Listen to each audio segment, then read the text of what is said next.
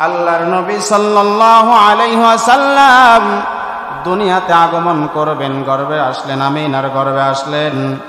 যখন আসলেন কোনো মানুষ বুঝতে পারে নাই আমিনার গর্ভে সন্তান আছে কি নাই, কেউ বুঝতেই পারে নাই, কারণ এমন ভাবে ছিল আল্লাহ পাক রব্বুল আলামিন তিনার গর্ভের উপর রহমতি চাদর টেনে দিয়েছে, যাতে করে কোনো মানুষের নজর দোষ গর্ভে না লাগে।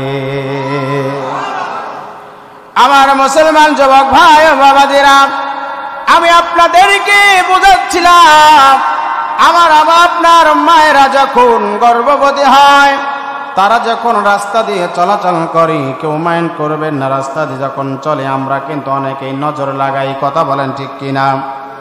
এই জন্য কোরআনুল কারীম নয়, আল্লাহ পাক রব্বুল আলামিন বলেছেন, তিনার হাবিব বলেছেন, যখন একটি মা সন্তান সম্ভব হবে তখন তার উচিত হলো গর্ভ অবস্থায় সন্তানকে নিয়ে রাস্তা দিয়ে ঘোরাঘুরি, পাড়ায় পাড়ায় ঘোরাফেরা। এটা করা যাবে না, এটা যদি করো তাহলে এটার বিপরীত হতে পারে।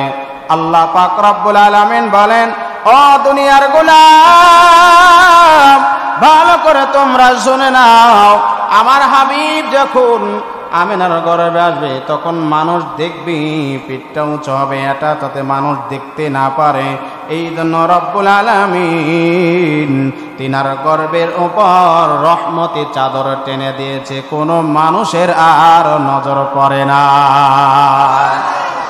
এই জন্য আল্লাহ পাক রব্বুল আলামিন বলেছেন, আমা আরসালনাকা ইল্লা রাহমাতাল লিল আলামিন।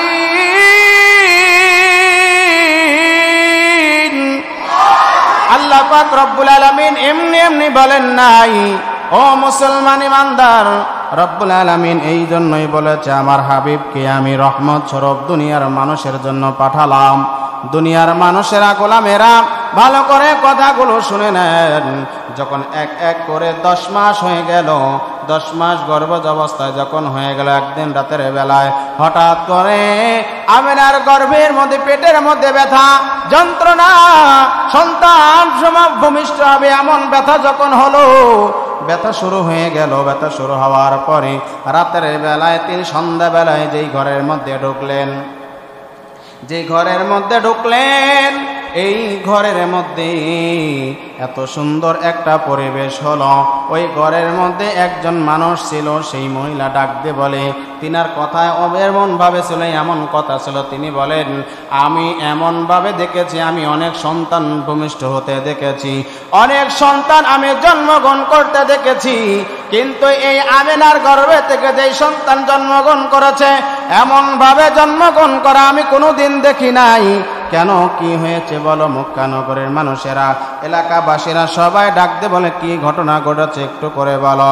ডাক দিয়ে বলে, শোনে না, আমি তোমাদেরকে ঘটনা বলি, ও এলাকাবাসী শোনো, আমি যখন দেখতেছিলাম আমিনার গর্ভে থেকে যখন আমিনার সন্তান মুহাম্মদ যখন জন্মগ্রহণ করবে, ঠিক তার আগ মুহূর্তে যেই ঘরের মধ্যে ছিল, লাইট ছিল না, আলো ছিল না, বাতি ছিল না, কোনো প্রকার বিদ্যুতের কোনো ব্যবস্থা ছিল না, আমি দেখতে পাইলাম ওই ঘরের মধ্যে থেকে এত সুন্দর আলো আমার জীবনে আমি কখনো দেখি নাই।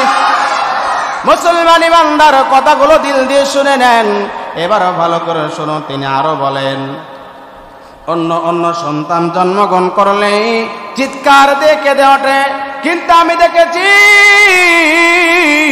এই আব্দুল্লাহর বেটা মুহাম্মদ যখন দুনিয়াতে পড়েছে, পড়া মাত্র তিনি উপর হয়ে পড়েছেন, সিজদারত অবস্থায় পড়েছে, 7 আঙ্গুল আকাশের দিকে উঁচু করেছে, বলে আল্লাহু আকবার। আর একটা আওয়াজ দিয়ে বলে আল্লাহু আকবার।